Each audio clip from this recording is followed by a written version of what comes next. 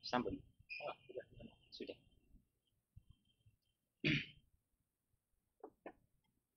Bismillahirrahmanirrahim. Assalamualaikum warahmatullahi wabarakatuh.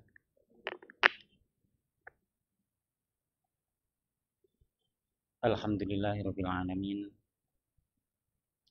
Wassalatu wassalamu ala nabiyyina Muhammadin wa ala alihi wa sahbihi ajma'in. Amma ba'd. Qala Allah Subhanahu wa ta'ala la in syakartum la azidannakum wa la in kafartum inna 'adzabi lasyadid. Jamaah rahimani wa rahimakumullah. Tidak lupa-lupa hendaklah kita selalu bersyukur kepada Allah Subhanahu wa ta'ala, karena sesungguhnya syarat bertambahnya nikmat bagi seorang hamba adalah dengan bersyukur, sebagaimana ayat yang kita bacakan di awal tadi, la in syakartum la azidannakum wa la in kafartum inna 'adzabi lasyadid. Apabila kalian benar-benar bersyukur, sungguh akan aku tambah nikmat kepada kalian. Wala in kafartum inna 'adzabi lasyadid. Dan apabila kalian kufur, ingkar, enggak mau mensyukuri terhadap nikmat-nikmat Allah Subhanahu wa taala, sungguh Allah mengancam. Memberitahu di sini menunjukkan ancaman. Sesungguhnya azab Allah sangatlah pedih. Hal ini bukan perkara yang sepele, karena dia termaktub dalam Al-Qur'an. Wa huwa kalamullah. Dalam kalam Allah Subhanahu wa ta'ala tidak ada padanya kedustaan dan tidak ada padanya permainan. Maka tidak seyogyanya bagi seorang muslim untuk abai terhadap sedikit pun dari ayat-ayat Allah yang sampai padanya. Karena besarnya kewajiban kita untuk bersyukur ini, banyak hal yang menyebabkannya. Di antara memang Allah Subhanahu wa ta'ala zat yang layak dipuji, disyukuri, dan juga besarnya kenikmatan yang Allah anugerahkan kepada kita, yang seandainya kesyukuran kita itu ditimbang dari nikmat yang Allah berikan kepada kita, sungguh kesyukuran kita sebenarnya tidak berimbang karena besarnya nikmat tersebut. Maka dalam keadaan seperti ini, jika kita enggak bersyukur, sungguh layak diancam azab yang pedih. Dan sesuatu yang patut kita syukuri di zaman, di saat kecintaan terhadap ilmu sangat jauh menurun, apalagi mengamalkan ilmu lebih jauh lagi penurunannya, maka ketika Allah tetap takdirkan kita di majelis ilmu, adalah itu sesuatu yang patut disyukuri. Dan syukur itu bukan seketika itu saja, akan tetapi sepanjang hidup kita. Jamaah rahimani wa rahimakumullah, melanjutkan beberapa pembahasan yang telah kita lalui pada pada pertemuan yang lalu. Kita kembali mengulang dari kitab Al-Ikhtiyar li Ahammi Sihahil Azkar, zikir-zikir penting pilihan yang berdasarkan dalil-dalil yang sahih, yang kemarin telah disebutkan oleh penulis bahwasanya kitab ini awalnya ditujukan untuk anak-anak, akan tetapi sebenarnya yang paling butuh padanya adalah kita, karena beban syariat itu dibebankan kepada orang-orang yang sudah mukallaf, sudah dewasa, sudah baligh. Dan sebelum melanjutkan, sedikit kita murajaah agar tidak terluput darinya apa yang kemarin telah lewat. Ketika saya menyebutkan az-zikru indal istiqazi minan naum, zikir ketika bangun dari tidur. Kenapa ini beliau dahulukan? Karena awal permulaan yang akan menjadi alamat, tanda-tanda bagusnya sesuatu itu dari permulaannya. Jika permulaannya baik, ada harapan besar kelanjutannya baik. Jika permulaannya sudah nggak baik, ada kemungkinan besar kelanjutannya tidak baik. Maka dengan memulai sesuatu itu dengan kebaikan, diharapkan sepanjang hari dia lalui dengan kebaikan. Selanjutnya, setelah kita memahami perkara tersebut dan juga pentingnya zikir-zikir tersebut, di sini Asy-Syaikh Hafizahullah Ta'ala melanjutkan dengan menyebutkan dua hadis dari Nabi Shallallahu Alaihi Wasallam dengan derajat sahih. Beliau mengatakan an Hudzaifah ibn al-Yaman radhiyallahu anhu, kana an-nabiy sallallahu alaihi wasallam idza awa ila firashih qala bismikallahumma amutu wa ahya. Dan ini insyaallah kebanyakan kita telah menghafalnya. Dan mudah-mudahan kebanyakan kita juga telah mengamalkannya. Kemudian melanjutkan, wa idza staiqadha min manamihi qala alhamdulillahilladzi ahyana ba'dama amatana wa ilaihin nusyur, akhrajahul Bukhari. Kita sering mendengar hadis ini, alangkah bermanfaatnya jika kita sedikit mengenal dari siapa hadis ini diriwayatkan, meskipun sangat singkat. Kata beliau, dari Hudzaifah ibn al-Yaman, beliau adalah sahabat Nabi radhiyallahu an, dikenal pemegang rahasia beliau. Orang yang sangat dipercaya oleh beliau. Dan secara umum, sahabat Nabi radhiyallahu anhum adalah orang-orang yang disepakati tentang keadilannya, tentang kebenarannya dan kejujurannya. Dari Hudzaifah bin Yaman radhiyallahu anhu, kana Nabi sallallahu alaihi wasallam idza awa ila firasyih, tatkala Nabi sallallahu alaihi wasallam menuju ke tempat tidurnya. Qala, Rasulullah mengatakan, bismikallahumma amut wa ahya.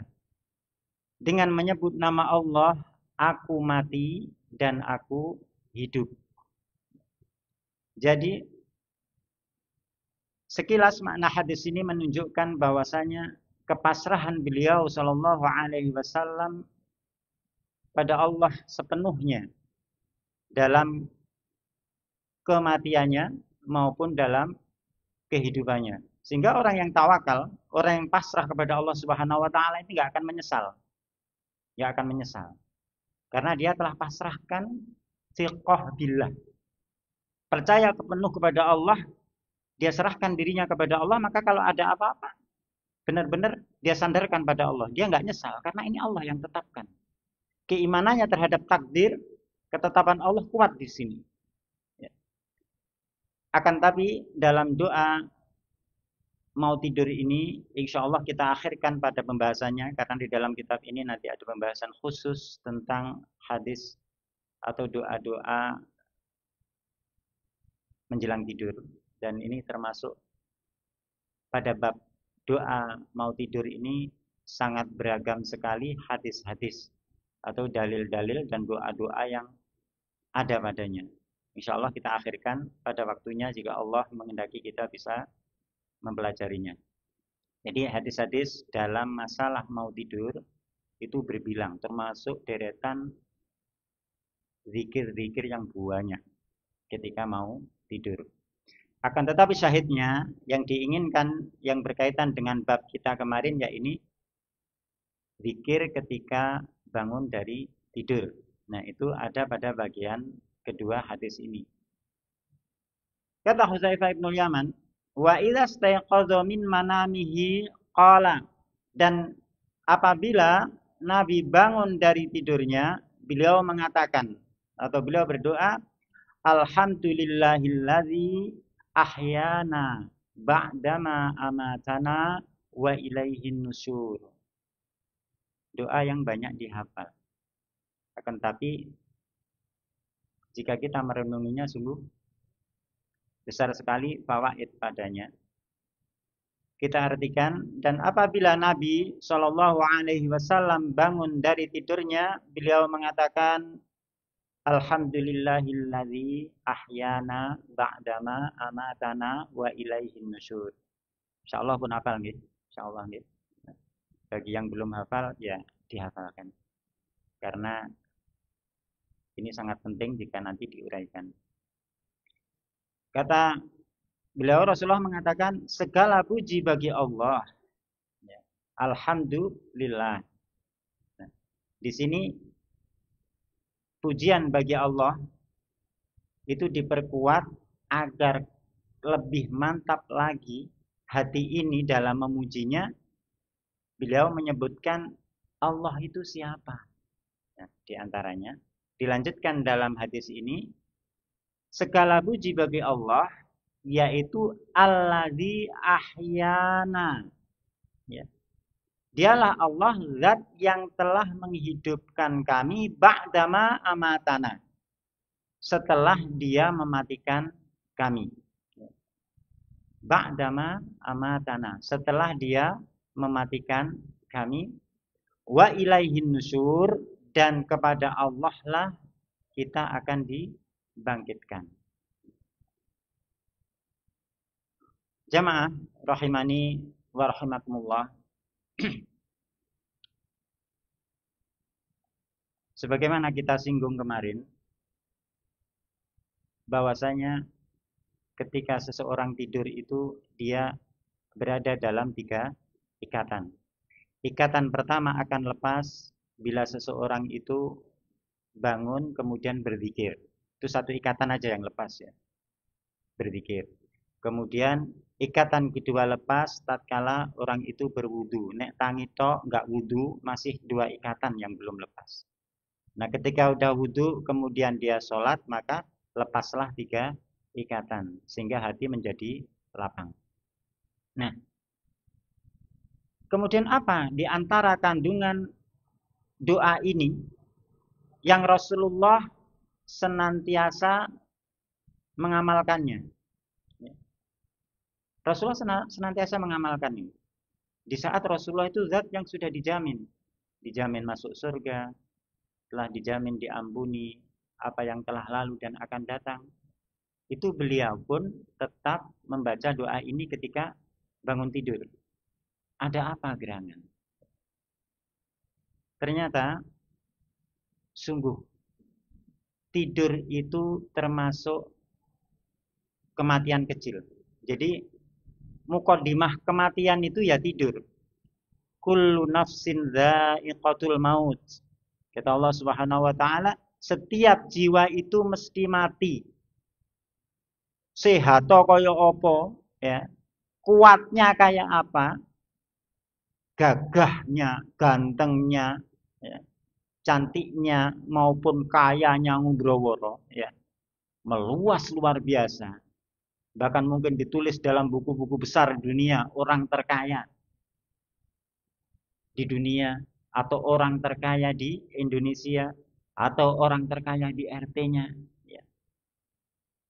Dia, selama dia punya nafas, punya nyawa, mesti akan didatangi kematian. Kematian mesti mendatangi dia. Dan tidur ini dikatakan muqaddimah kematian. Maka dia disebut mautus sughra, kematian kecil. Tapi mati. Orang tidur kan orang mati. Mau diapakan ya nggak tahu dia. Bahkan dia teriak pun nggak tahu. Dia tadinya miring ke kanan, kemudian miring ke kiri juga nggak tahu. Benar-benar kayak mayit. Sehingga ketika tidur itu, ketika ditimpa apa-apa pun dia nggak tahu. Taunya setelah dia terbangun. Jadi ketika kita tidur, Allah musta'an, betul-betul kita butuh kepasrahan yang luar biasa kepada Allah. Karena kita nggak punya kemampuan apa-apa. Orang yang suka olahraga yang kuat-kuat, mungkin punya ilmu bela diri atau tenaga apa itu. Ketika tidur, hilang semua kekuatannya. Hilang semua kekuatannya. Dan pada keadaan seperti ini, Allah Subhanahu wa Ta'ala masih menyayangi dia, sehingga dia dibangkitkan kembali dari kematian kecilnya. Dan ini juga menunjukkan sisi atau hal yang harus diimani, bahwasanya setelah kematian itu akan ada kehidupan selanjutnya. Mati kecil, yakni tidur, datang pula masa dia terbangun. Dan mati besar, yakni al-maut nanti, maka padanya akan datang pula kehidupan selanjutnya. Maka keimanan terhadap al-ba'ats, ya, hari kebangkitan, termasuk penentu keselamatan kita. Jamaah rahimani wa rahimakumullah. Sebelum kita lanjutkan pada bacaan doa lanjutnya, ada suatu faedah yang saya baca sekilas tadi, dan alhamdulillah Allah menunjukkan kepada kita pada surat Az-Zumar ayat 42. Padanya ayat yang seseorang sangat perlu merenunginya. Apalagi kita yang sudah tua. Kadang-kadang kita penuh tawa, betul canda. Tapi harus sadar kita sudah tua. Kadang kita jalan pun juga nggak sekuat anak-anak muda. Bahkan di majelis seperti ini pun pinggang kita sudah keadaannya menurun daripada masa-masa yang lalu. Walaupun yang muda pun sangat mungkin bisa mendahului yang tua. Di dalam surat Az-Zumar yang berkaitan dengan tidur dan kematian, Allah Subhanahu wa Ta'ala berfirman, Allahu yatawaffal anfus hina mautiha wallati lam tamut fi manamiha fayumsikul lati qada 'alaihal maut wa yursilul ukhra ila ajalin musamma. Inna fi dzalika laayatil liqaumin yatafakkarun. Kata Allah Subhanahu wa Ta'ala, peringatan bagi kita. Allah katakan di sana, Allah Subhanahu wa Ta'ala yang memegang nyawa, yang memegang jiwa-jiwa ini, ya, ketika kematiannya, dan dia pula yang memegang jiwa yang belum dimatikan tatkala tidurnya, ya. Dan dia menahan jiwa atau nafas tersebut, nafas kita, bagi yang dia tetapkan kematiannya. Jadi yang ditetapkan kematiannya, Allah tahan nafas, Allah tahan roh seseorang ini, gak dilepaskan. Mati wis balik. Dan ini pada kekuasaan Allah. Ini benar-benar kita harus merenungi dan menyadari. Nah, Allah berkehendak kematian kita datang, roh kita dipegangnya, nggak dikembalikannya. Dan Allah nggak butuh izin kita untuk melakukannya. Sewaktu-waktu, ya, sewaktu-waktu. Kemudian di sisi yang lain, wa yursilul ukhra ila ajalin musamma. Dan bagi yang Allah belum tetapkan kematiannya, Allah lepaskan roh tadi, jiwa itu, nafas tadi, sampai waktu yang ditentukan. Allah lepaskan, Allah kembalikan kepada jasad sampai waktu yang ditentukan. Ila ajali musamma, ini memberikan isyarat juga bagi kita, tetap waktunya ditentukan, nanti datang juga. Jadi kalau dikembalikan bukan berarti nggak akan tercabut kemudian ditahan. Nanti akan datang waktunya, cuma nggak saat itu. Dikembalikan dulu ke jasad. Inna fi dzalika laayatil liqaumin yatafakkarun. Sesungguhnya pada yang demikian itu terdapat ayat-ayat, tanda-tanda kebesaran Allah, pelajaran ya bagi orang-orang yang mau berpikir, ya, bagi orang-orang yang mau berpikir. Ayat ini subhanallah ya, betul-betul memberikan peringatan bagi kita bahwasanya nyawa kita, roh kita sesuai kehendak Allah, apa yang Allah kehendaki padanya. Kalau Allah tahan, tahan. Kalau Allah lepaskan, lepaskan dan dikembalikan. Itu hak Allah. Makanya berkaitan dengan doa tadi, tatkala Allah pegang roh kita, kemudian belum takdirkan diri kita untuk dicabut nyawanya secara permanen, ya, yaitu kematian, maka Allah kembalikan. Nah, saat itulah betul-betul kita wajib mensyukurinya. Allah beri kesempatan yang berlebih dibanding yang lainnya. Maka berkaitan dengan doa tadi, alhamdulillahilladzi ahyana ba'dama amatana. Segala puji bagi Allah yang telah menghidupkan kami setelah mematikan kami. Allah matikan kita dengan tidur, kemudian dengan belas kasih-Nya Allah kembalikan roh kita kepada jasad kita. Ini perkara yang wajib atas kita betul-betul mensyukurinya. Dan doa ini menunjukkan manfaat yang luar biasa dalam mendidik jiwa. Pasrah benar. Pasrah benar. Karena kalau nggak dikembalikan sama Allah, kita nggak kembali. Dan kita nggak tahu benar. Kita tidur enak, kemudian kita nggak kembali, nggak tahu. Kapanpun itu.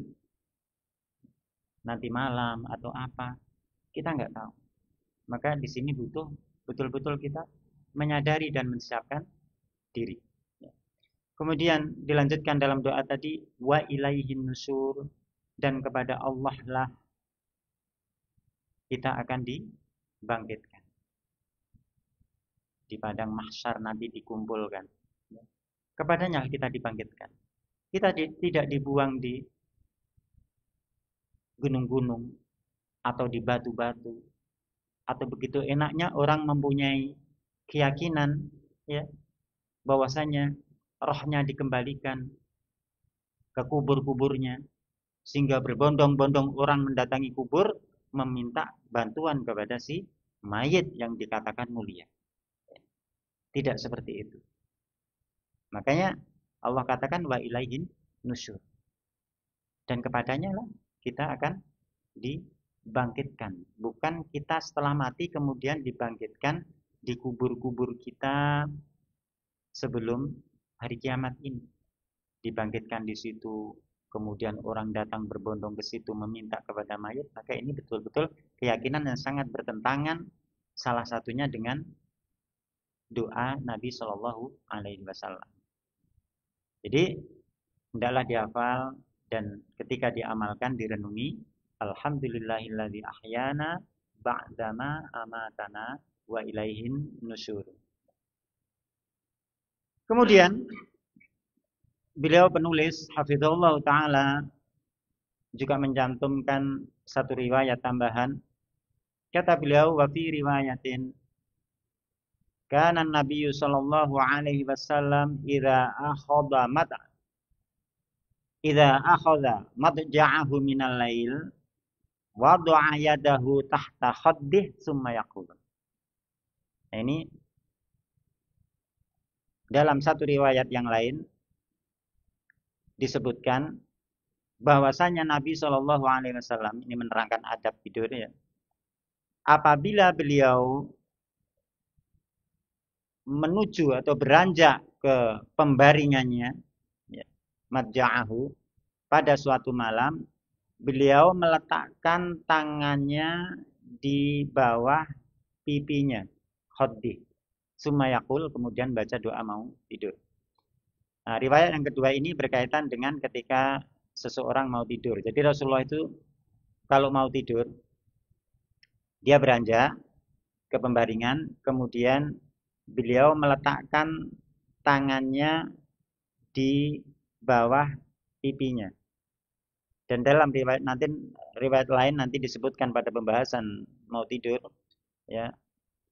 Beliau itu kalau tidur miring ke kanan, jadi otomatis tangannya itu ditaruh di apa? Di bawah pipi sebelah kanan. Sumayakul, setelah begitu, kemudian beliau mengatakan Bismikallahumma amut wa ahya, yang doa mau tidur. Ya.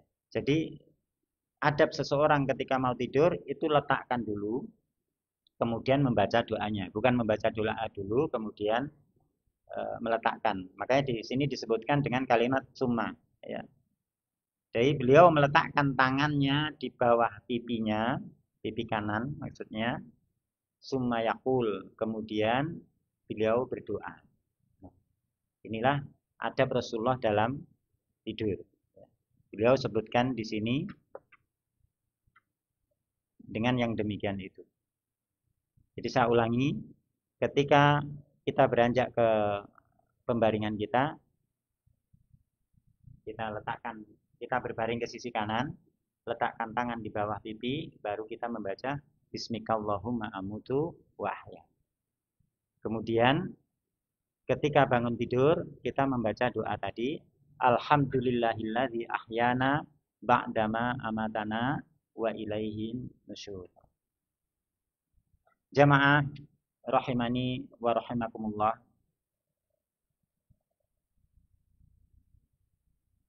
Ini bab awal yang ditulis oleh penulis pada kitab kecil kita ini adalah berkaitan dengan zikir bangun dari tidur. Mudah-mudahan sekelumit ini bisa memberi tambahan ilmu kepada kita, dan sebagaimana pepatah dikatakan al-ilmu bila amal kasyajarah bila tamar.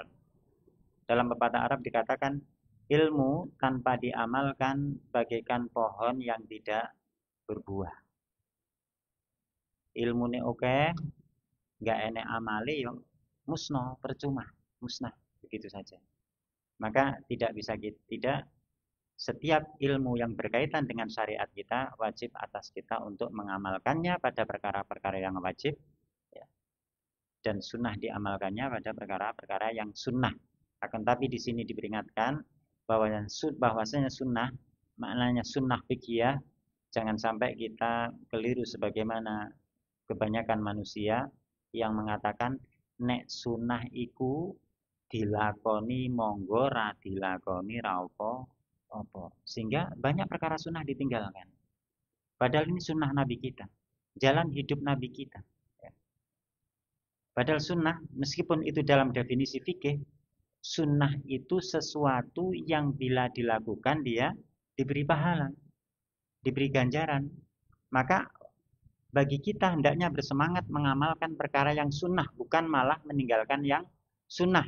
Demikian pula salah kaprah di kebanyakan manusia perkara yang makruh. Makruh itu perkara yang dibenci dalam syariat ini. Biasanya orang mengatakan nek makruh iku dilakoni ra dosa. Piye istilahnya? Dilakoni ra dosa, ditinggalne ya ra dosa, utawa sisi yang lain ditinggalne oleh pahala, nek dilakoni ya ora dosa. Nah, makruh ini fokusnya perkara yang hendaknya ditinggalkan meskipun nggak wajib. Cuma manusia itu malah membalik. Yang hendaknya ditinggalkan malah diamalkan, yaitu makruh. Yang hendaknya diamalkan malah ditinggalkan, yaitu sunnah. Makanya doa yang kelihatannya sepintas ringkas ini, mari kita mengamalkannya dengan adab-adab yang diajarkan oleh Nabi Shallallahu Alaihi Wasallam. Insya Allah apabila doa ini disyarah, diterangkan lebih panjang lebar akan menghasilkan faedah yang sangat banyak, karena pada lafaz-lafaz doa ini terkandung padanya bab-bab keimanan. bab-bab keimanan. Dan insya Allah secara bertahap, mudah-mudahan Allah beri kelapangan bagi kita untuk bisa mempelajarinya, meskipun tidak di majelis ini, mungkin di majelis-majelis yang lain, dengan pengajar-pengajar yang lain, tentang fawaid doa ini. Kesimpulannya, apa yang sedikit apabila diamalkan, bak pepatah, sedikit-sedikit lama-lama menjadi bukit. Maka tidak ada jalan lain bagi kita. Sesungguhnya Rasulullah Shallallahu Alaihi Wasallam adalah uswatun hasanah, sehingga beliaulah yang patut kita tiru. Maka jangan kita tertipu dengan besarnya suatu hal dari dunia ini, atau banyaknya suatu perkumpulan dari dunia ini. Akan tetapi yang hendaklah menjadi acuan kita, seberapa kita mengamalkan apa yang diajarkan Nabi ini. Ketika sedikit kita nggak amalkan, maka apalagi yang besar, apalagi yang banyak. Ketika yang ringan seperti ini kita tinggalkan, apalagi yang berat. Di sana ada perkara sholat dan selainnya yang itu perkaranya lebih besar. Jamaah rahimani wa rahimakumullah. Kemudian berkaitan dengan yang pertemuan lalu kita sempat singgung hadis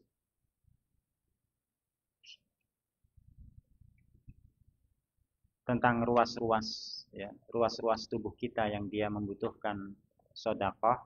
Kemarin sempat terpotong. Dikatakan kemarin untuk mengakhiri majelis kita,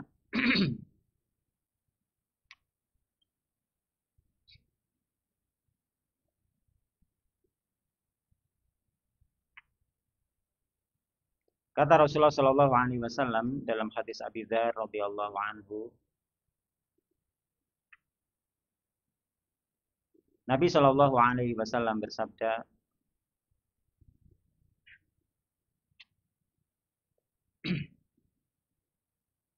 yusbihu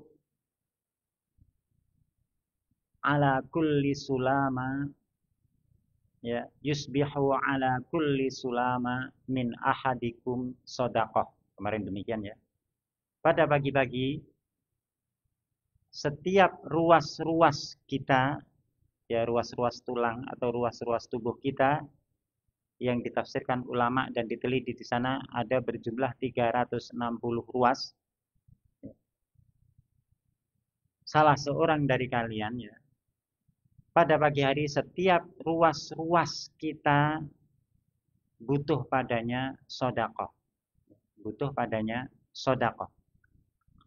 Fakullu tasbihatin, ya, mudah-mudahan masih ingat kemarin. Fakullu tasbihatin sedekah. Maka setiap tasbih itu masuk padanya atau dinilai sebagai sedekah bagi ruas-ruas tubuh kita. Wa kullu tahmidatin sedekah. Dan setiap tahmid, alhamdulillah, dia adalah sedekah.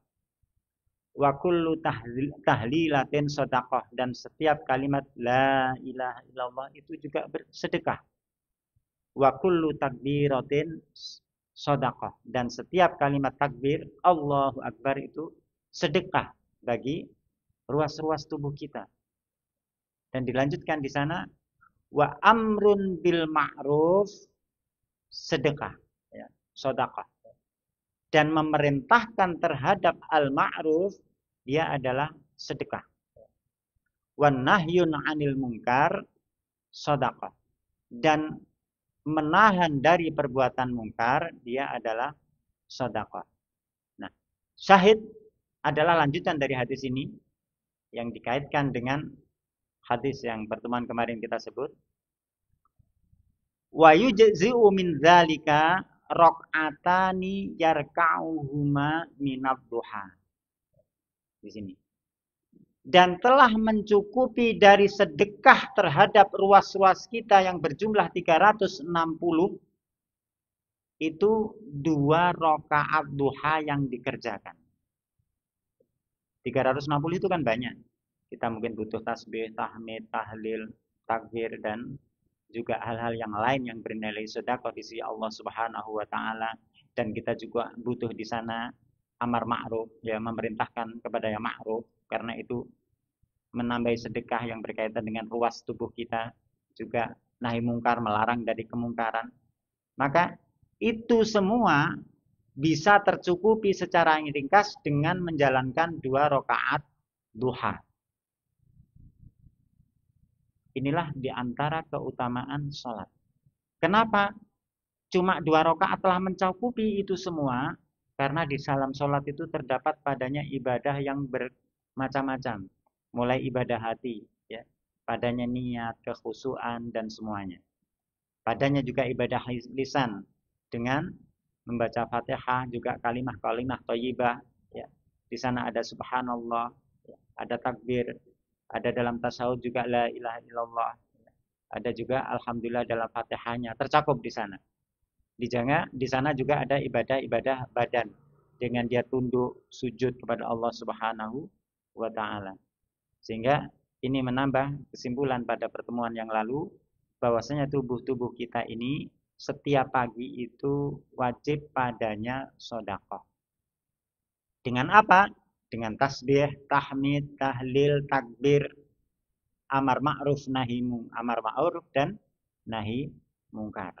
Akan tetapi kadang kita terluputkan darinya, maka dengan kita menjalankan sholat duha 2 rakaat mencukupi dia dari bersedekah untuk 360 ruas-ruas pada tulang-tulang dan tubuh-tubuh kita. Jamaah rahimani wa rahimakumullah, mungkin itu yang bisa kita sampaikan dalam kesempatan ini. Mudah-mudahan Allah memberikan kepada kita taufik untuk bisa menjalankan apa-apa yang Allah ridhoi dan Allah cintai.